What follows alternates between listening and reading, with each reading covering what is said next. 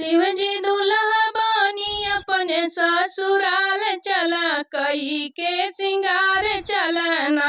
शिव जी दूल्हा बानी अपने ससुराल चला कई के सिंगार चलना।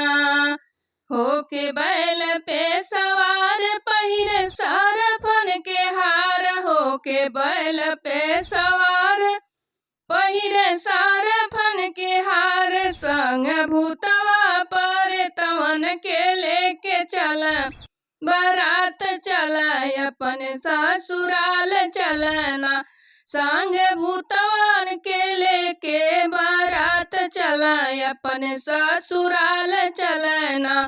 शिव जी दूल्हा बानी अपने ससुराल चला कई के सिंगार चलना।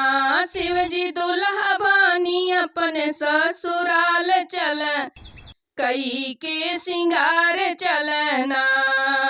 आंगे मृगा के छाल काने कुंडल शोभे। अंग मृगा के छाल काने कुंडल शोभे। उत भंगिया धतुर वाले के साथ चला कई के सिंगार चलना।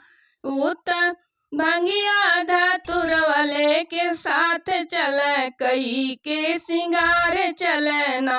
शिव जी दूल्हा बानी अपने ससुराल चला कई के सिंगार चलना। शिव जी दूल्हा बानी अपने ससुराल चला कई के सिंगार चलना।